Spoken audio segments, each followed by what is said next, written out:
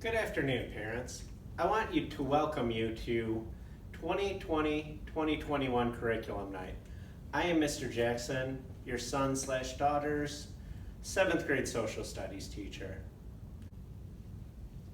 Okay, so a little bit about my experience. This is my 10th year teaching at Berkshire, 13th overall in teaching. I got my master's and my bachelor's from Wayne State University, and then I got my PhD from the American College of Education.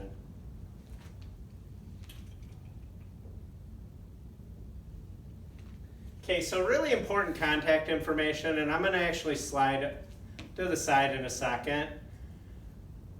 The big thing on here, I really want you to make sure you all sign up for my Remind. That is critical with technology. You know, sometimes things go bad, and if things can be fixed, immediately, it saves a lot of time. For example, the first day, some of you might have had a headache trying to get into my classroom Zoom. I had changed it to a personal ID that was going to be simple for the students. Well, for some reason that personal ID didn't work. Had I had Remind, I could have quickly got to you and got a message out and got a new link.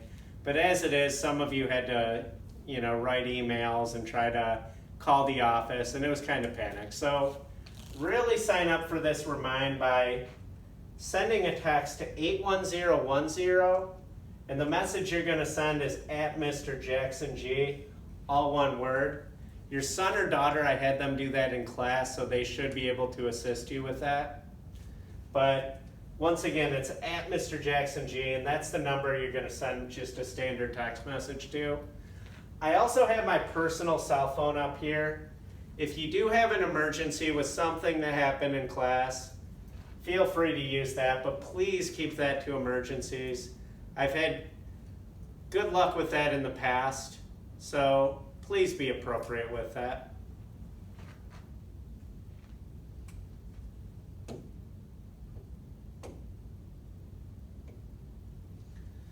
Okay, so in geography we cover the 7 continents, the oceans, and we typically do these things called mapping labs where the student go through different levels of learning about a region, whether it's the features or the political factors, the natural resources they have, and that'll continue this year.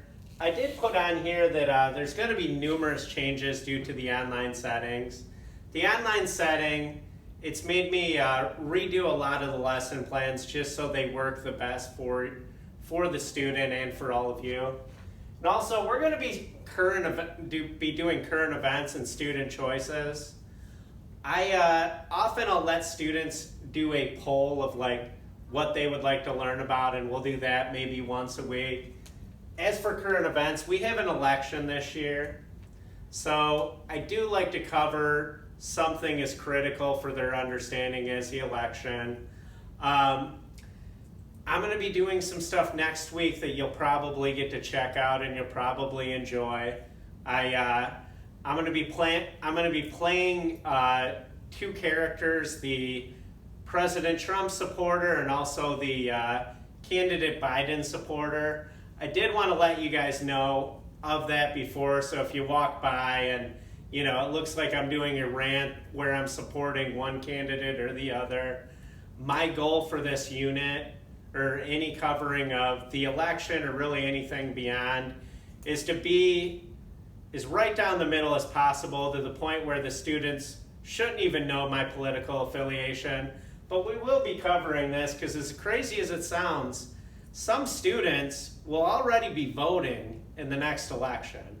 So with the current events, I've always held the belief that if students don't care what's happening now in our country and the world, it's hard to get them to, care about things of the past.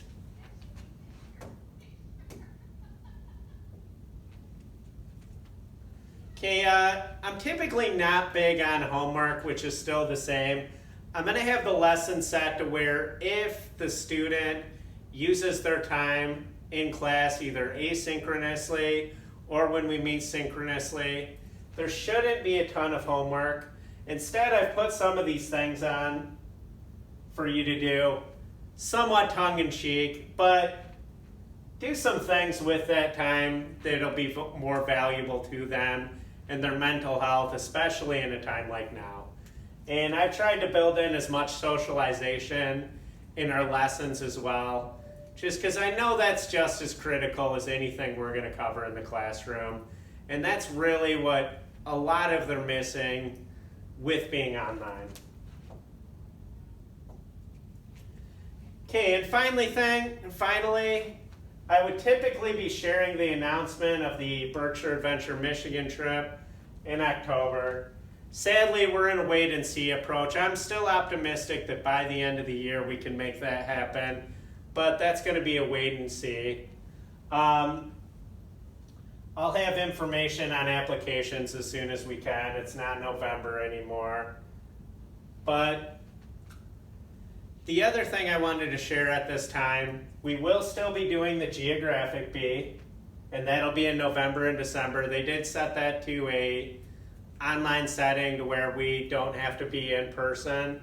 I'll share more information with that as it comes, but this is an awesome opportunity for our top geographic students. You know, they have that little extra, and maybe this will be the year we finally get a student to Washington. We had a student a couple years ago in the competition that finished 7th. Had they won that competition, they would have got to compete in Washington.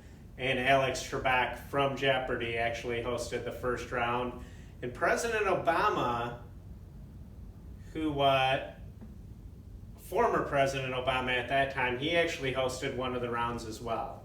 So kind of a cool opportunity for those that compete in that. And like I said, I'll be sharing more information.